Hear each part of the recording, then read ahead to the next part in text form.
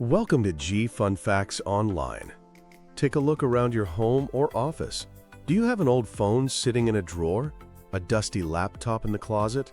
You're not alone. Our homes are silent witnesses to a massive global crisis.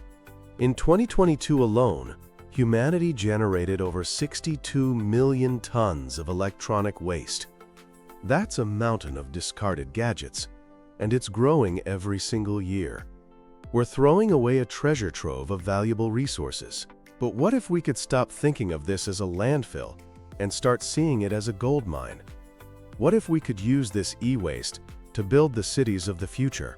This is the promise of a revolutionary idea called urban reshoring. It's not just about recycling, it's about resurrection. It's about breathing new life into our obsolete technology to create smarter, more sustainable, and more resilient cities. At the heart of this idea is the circular economy, a philosophy that says instead of take, make, waste, we should reuse, repair, and regenerate. This philosophy is the perfect partner for the modern smart city, which uses data and connectivity to make urban life better. Instead of building these high-tech cities from scratch, with brand new resource-intensive parts, we can use what we already have. And this isn't just a theory. Cities like Toronto are already developing frameworks to integrate these principles directly into how they buy things, creating real demand for repurposed solutions. So how does this actually work? The real-world examples are where things get truly exciting. Let's start with that old smartphone in your drawer.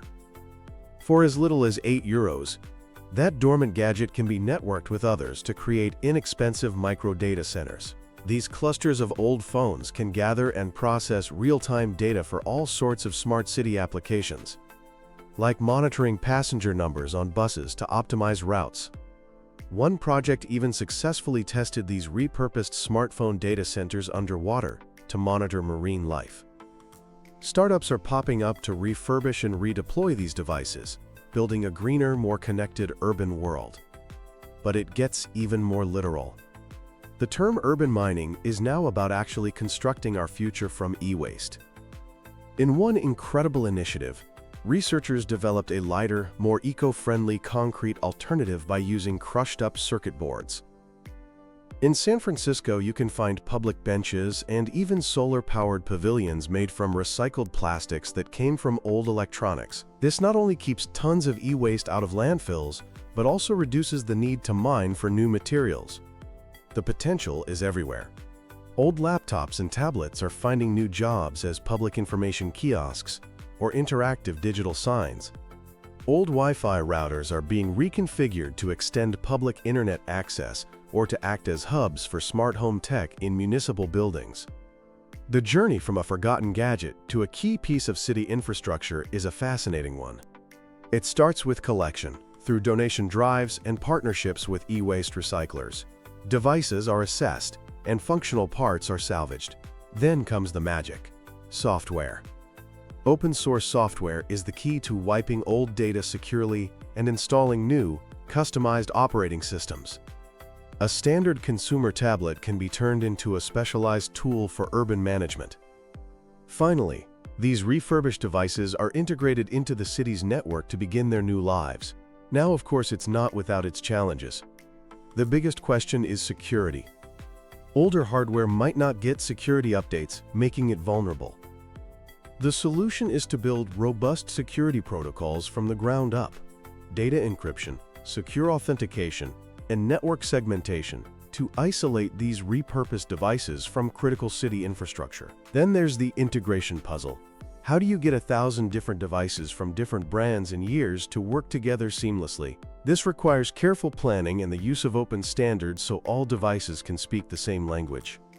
And finally, for this to truly scale, it needs supportive policies and regulations that prioritize using repurposed technology in public projects. Looking to the future, the trend of urban reshoring is set to explode. We'll see more public-private partnerships, where cities collaborate with startups that specialize in this work.